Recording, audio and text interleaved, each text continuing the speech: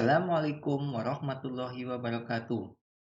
Selamat datang kembali di video Universitas Nusa Mandiri. Pada pertemuan kali ini, kita akan membahas tentang bentuk-bentuk badan usaha. Sebelum memasuki pembahasan lebih lanjut, kita akan membahas terlebih dahulu bagaimana pertimbangan memilih perusahaan. Adapun beberapa pertimbangan dalam memilih perusahaan antara lain adalah yang pertama, jenis usaha yang dijalankan.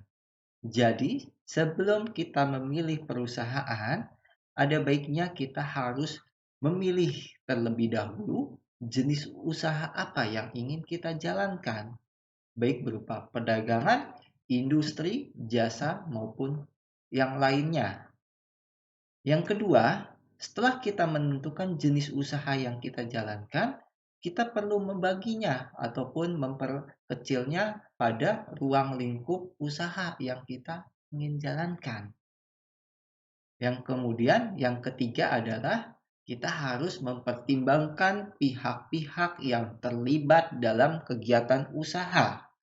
Baik di sini dari sisi manajerial sampai dengan sisi staf karyawannya.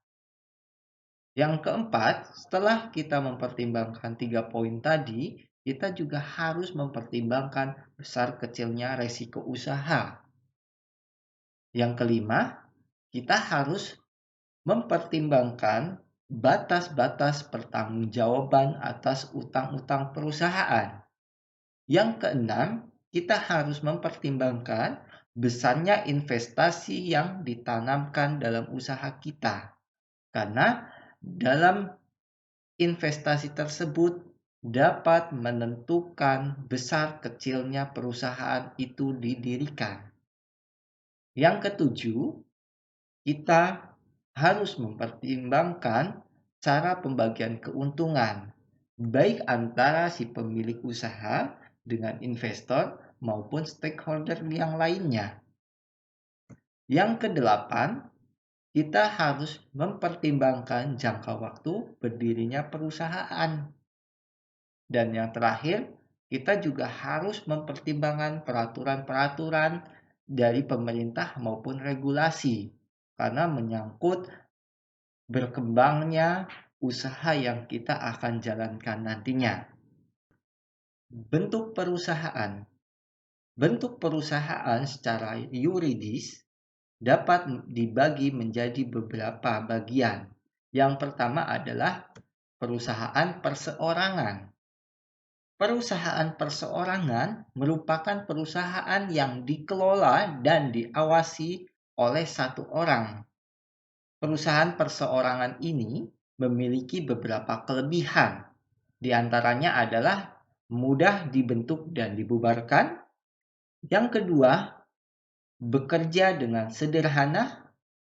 Yang ketiga, pengelolaannya sederhana. Dan yang keempat, tidak perlu kebijaksanaan pembagian laba.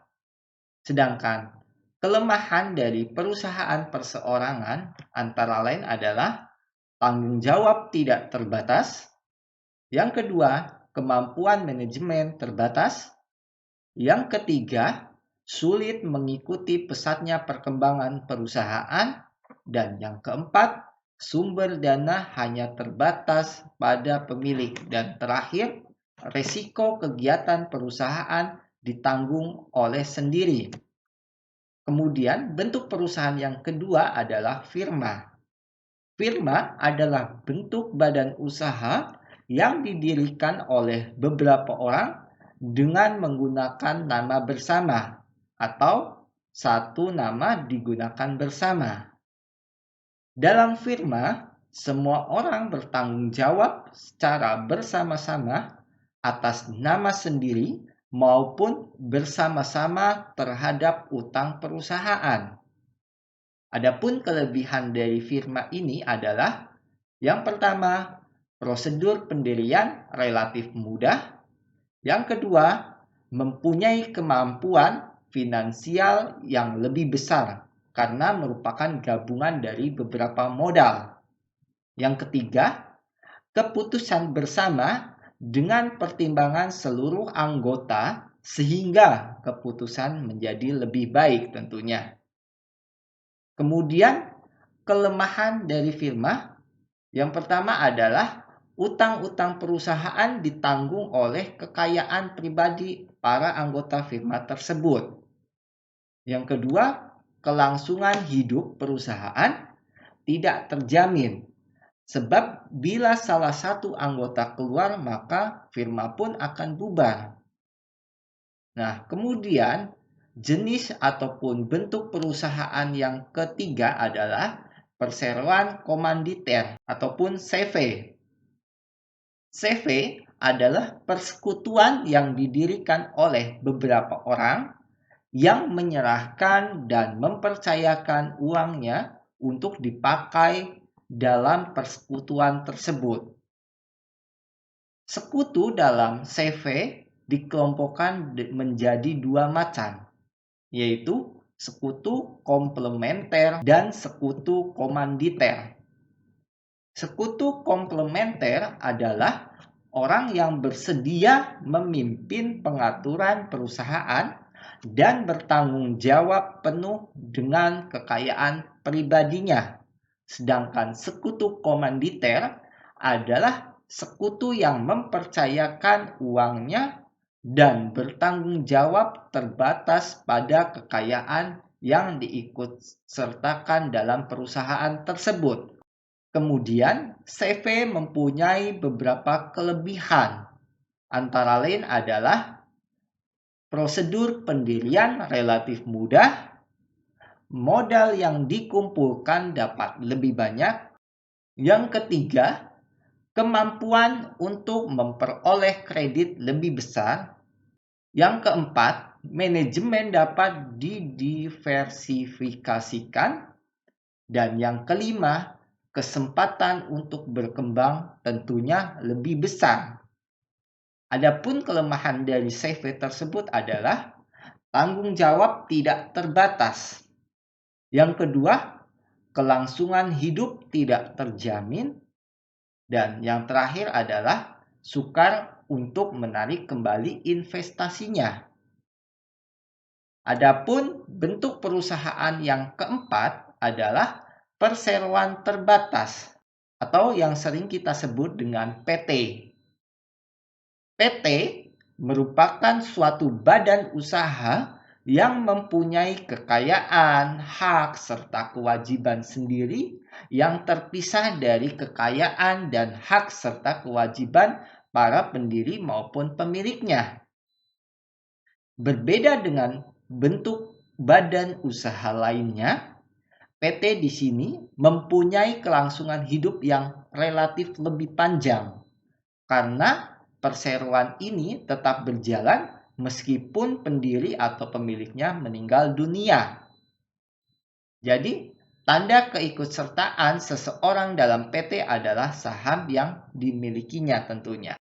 Adapun kelebihan dari PT ini adalah kelangsungan hidup terjamin, terbatasnya tanggung jawab sehingga tidak menimbulkan resiko bagi kekayaan. Saham dapat diperjualbelikan dengan mudah. Kebutuhan kapital lebih besar dan lebih mudah dipahami sehingga memungkinkan perluasan usaha.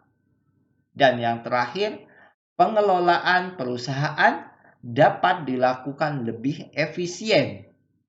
Sedangkan kelemahan dari PT adalah biaya pendirian relatif lebih mahal. Kemudian, rahasia tidak terjamin. Dan yang ketiga, kurangnya hubungan yang efektif antara pemegang saham dengan pemilik modal. Bentuk perusahaan yang keempat adalah BUMN atau Badan Usaha Milik Negara. BUMN adalah semua perusahaan dalam bentuk apapun dan bergerak dalam bidang usaha apapun yang sebagian ataupun seluruh modalnya merupakan kekayaan negara. BUMN adalah bentuk-bentuk badan hukum yang tunduk pada segala macam hukum yang ada di Indonesia. Karena perusahaan ini merupakan perusahaan milik negara. Maka tujuan utamanya adalah membangun ekonomi sosial menuju masyarakat yang adil dan makmur. Kemudian, beberapa bentuk perusahaan milik pemerintah ataupun negara adalah perusahaan pemerintah baik yang ada di pusat maupun di daerah. Ciri-ciri utama dari BUMN ini adalah tujuan utama usahanya adalah melayani kepentingan umum sekaligus mencari keuntungan. Jadi sebelum berorientasi kepada keuntungan yang lebih tinggi, tentu harus mempunyai tujuan untuk kepentingan umum, kepentingan dari masyarakatnya. Yang kedua, tentu harus berstatus badan hukum dan diatur berdasarkan undang-undang. Yang ketiga, pada umumnya bergerak pada bidang jasa-jasa yang vital, misalkan perbankan, seperti Bank BRI, BNI, kemudian energi seperti Pertamina dan PLN, dan lain sebagainya tentunya. Ciri yang terakhir adalah mempunyai nama dan kekayaan serta bebas bergerak untuk mengikat suatu perjanjian maupun kontrak serta hubungan-hubungan dengan pihak lainnya. Jadi, BUMN di sini bebas bergerak ataupun melakukan perjanjian kontrak dengan pihak lain, perusahaan lain. Baik misalkan untuk mengadakan pelatihan ataupun yang lainnya. Kemudian, bentuk badan usaha yang terakhir adalah koperasi. Koperasi adalah bentuk badan usaha yang beranggotakan orang-orang atau badan hukum koperasi yang melandaskan kegiatannya berdasarkan prinsip koperasi, sekaligus gerakan ekonomi rakyat yang berlandaskan asas kekeluargaan tentunya. Koperasi bertujuan untuk meningkatkan kesejahteraan anggotanya dan masyarakat pada umumnya tentunya, serta ikut serta membangun perekonomian nasional dalam rangka mewujudkan masyarakat yang maju, adil, makmur, berdasarkan Pancasila dan Undang-Undang Dasar 1945. Menurut Undang-Undang Nomor 25 Tahun 1992, Pasal kelima, disebutkan bahwa koperasi memiliki beberapa prinsip, yaitu keanggotaan bersifat sukarela dan terbuka, pengelolaan dilakukan secara demokratis, pembagian sisa hasil usaha atau SHU dilakukan secara adil sebanding dengan besarnya jasa usaha masing-masing anggota tersebut. Yang keempat, pemberian balas jasa yang terbatas terhadap modal, dan yang terakhir, mempunyai prinsip kemandirian. Kemudian, koperasi di sini mempunyai beberapa pengelompokan, yaitu koperasi berdasarkan bidang usaha dan luas wilayah.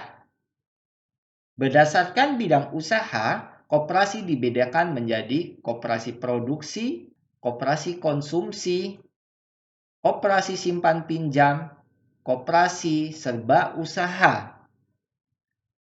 Koperasi produksi adalah koperasi yang para anggotanya terdiri dari produsen barang ataupun jasa. Koperasi produksi merupakan koperasi yang para anggotanya terdiri dari produsen dari barang maupun jasa tersebut.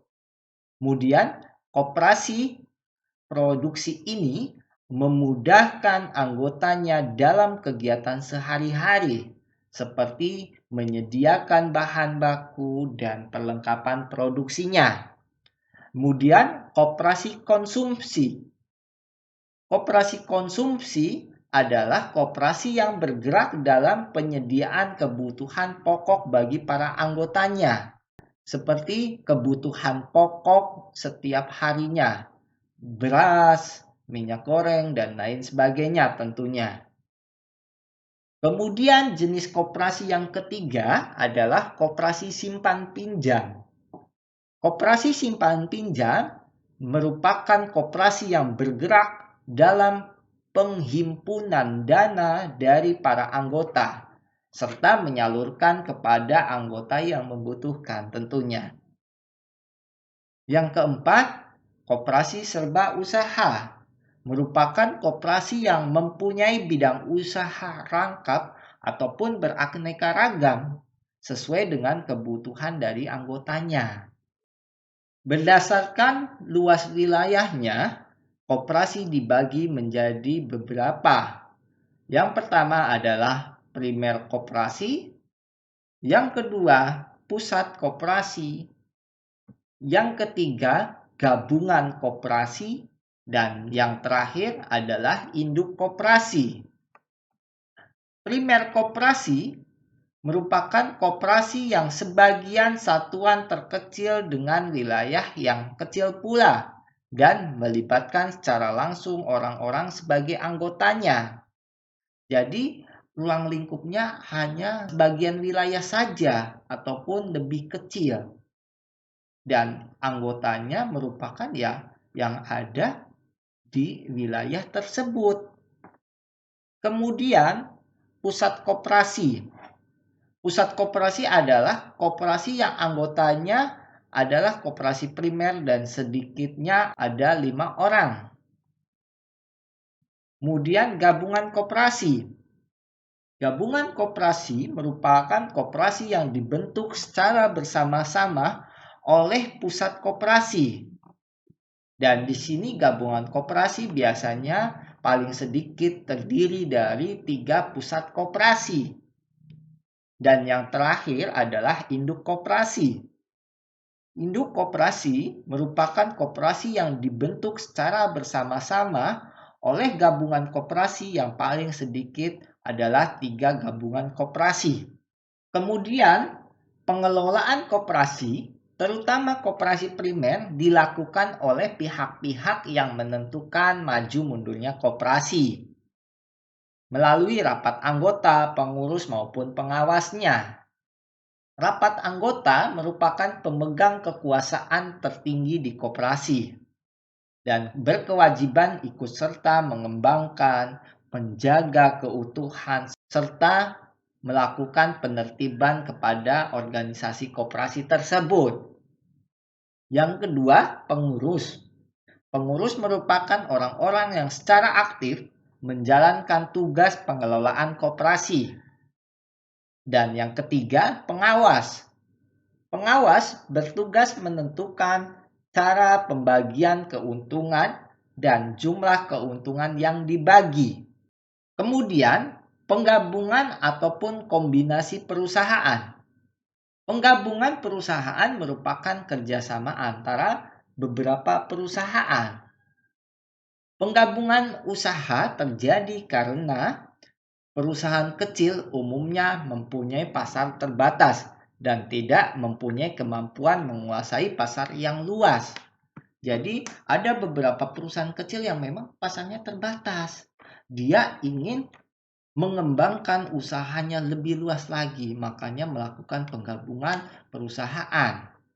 Sehingga pasar yang ingin dicapainya atau yang dicapainya akan lebih luas daripada yang sebelumnya.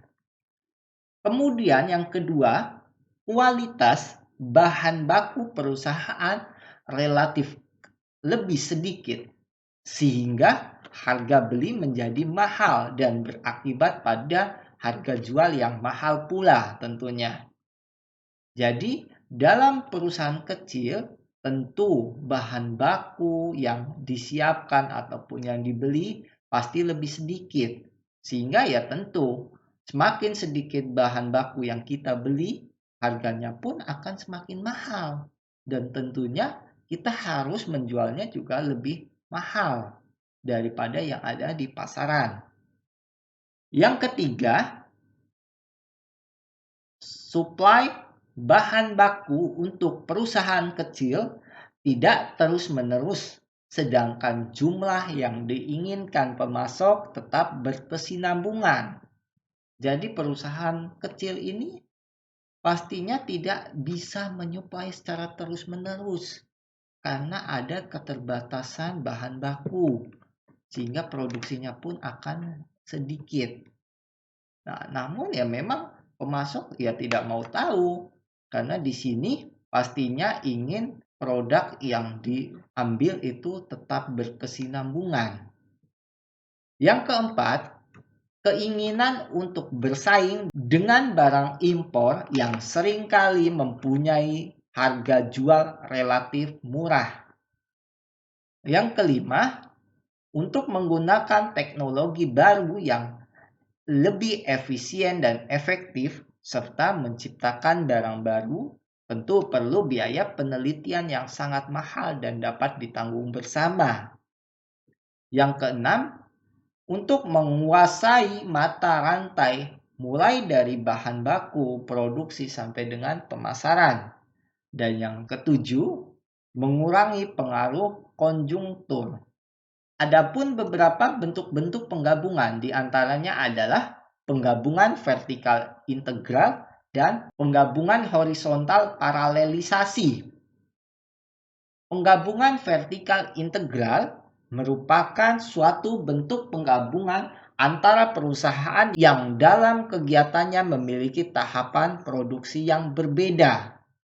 Jadi sering disebut integrasi dari hulu dan hilir. Contohnya adalah integrasi ke hilir. Integrasi ke hilir dimulai dari tahapan perusahaan ataupun pabrik ke distributor dan ke konsumen. Sedangkan integrasi ke hulu adalah dari perusahaan ataupun pabrik, pedagang besar, kemudian ke produsen bahan baku. Itu merupakan penggabungan vertikal integral. Kemudian penggabungan horizontal paralelisasi adalah suatu bentuk penggabungan antara dua atau lebih perusahaan yang bekerja pada jalur ataupun tingkat yang sama. Misalnya dalam pengelolaan barang baku. Di sini perusahaan ataupun pabrik sepatu A dan pabrik perusahaan sepatu B mempunyai pengelolaan ataupun pengolahan bahan baku yang sama untuk memproduksi sepatu sehingga dilakukan penggabungan. Nah, tujuan penggabungan semacam ini adalah mengurangi kelebihan kapasitas tentunya, menekan biaya dan memperluas pasar. Kemudian pengkhususan perusahaan. Pengkhususan perusahaan adalah kegiatan perusahaan yang mengkhususkan diri pada fase ataupun aktivitas tertentu saja, sedangkan aktivitas lainnya diserahkan pada perusahaan luar. Pengkhususan perusahaan terdiri dari dua macam, yaitu spesialisasi yang merupakan pengkhususan diri pada kegiatan menghasilkan satu jenis produk saja. Dan yang kedua, diferensiasi atau pengkhususkan pada fase produksi tertentu. Kemudian, pengkonsentrasian perusahaan. Pengkonsentrasian perusahaan terdiri dari beberapa macam, di antaranya adalah trust, holding company, kartel, sindikat, concerns, joint venture, trade association, gentleman agreement. Trust merupakan suatu bentuk penggabungan kerjasama perusahaan secara horizontal untuk membatasi persaingan maupun rasionalisasi dalam produk dan penjualan.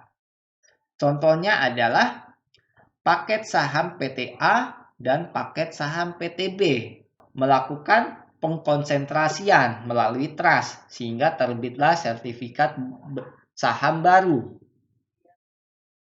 Kemudian holding company. Holding company disebut juga dengan perusahaan induk, yaitu perusahaan yang terbentuk dari corporation yang menguasai sebagian besar saham dari beberapa perusahaan lain. Dalam hal ini, status perusahaan lain akan menjadi perusahaan anak dan kebijaksanaannya akan ditentukan oleh induk tersebut ataupun si holding company di sini. Contohnya adalah misalnya PT XYZ sebagai holding company mempunyai anak perusahaan PT-A, kemudian mempunyai anak PT-B dan PT-C sebagai anak perusahaan juga. Nah, PT-A, PT-B, dan PT-C tentu kebijaksanaannya ditentukan oleh si PT XYZ di sini selaku holding company dari PT-A, PT-B, dan PT-C tersebut. Kemudian yang ketiga adalah kartel. Kartel merupakan bentuk kerjasama perusahaan-perusahaan dengan produksi barang dan jasa yang sejenis yang didasarkan perjanjian bersama untuk mengurangi persaingan. Adapun bentuk-bentuk kartel terdiri dari kartel kondisi, kartel harga, kartel produksi, kartel daerah, dan kartel pembagian laba. Nah, masing-masing kartel di sini tentu mempunyai tujuan yang berbeda-beda. Contohnya adalah kartel harga dan kartel produksi yang berdasarkan di sini berdasarkan harga maupun berdasarkan produksi dari si kartel tersebut. Kemudian sindikat. Sindikat merupakan bentuk perjanjian kerjasama antara beberapa orang untuk melaksanakan suatu proyek. Jadi berdasarkan proyek saja atau sifatnya bersifat sementara. Kemudian concern. Concern adalah bentuk penggabungan yang dilakukan baik secara horizontal maupun vertikal dari sekumpulan perusahaan holding. Kemudian joint venture. Joint venture yang didirikan atas dasar kerjasama beberapa perusahaan yang berdiri sendiri. Ciri-ciri dari joint venture di sini merupakan perusahaan baru yang didirikan secara bersama-sama oleh beberapa perusahaan. Modalnya terdiri dari pengetahuan dan modal yang disediakan oleh pendiri. Joint venture antara perusahaan asing dengan modal nasional harus bertindak dengan perseroan terbatas. Kemudian trade association.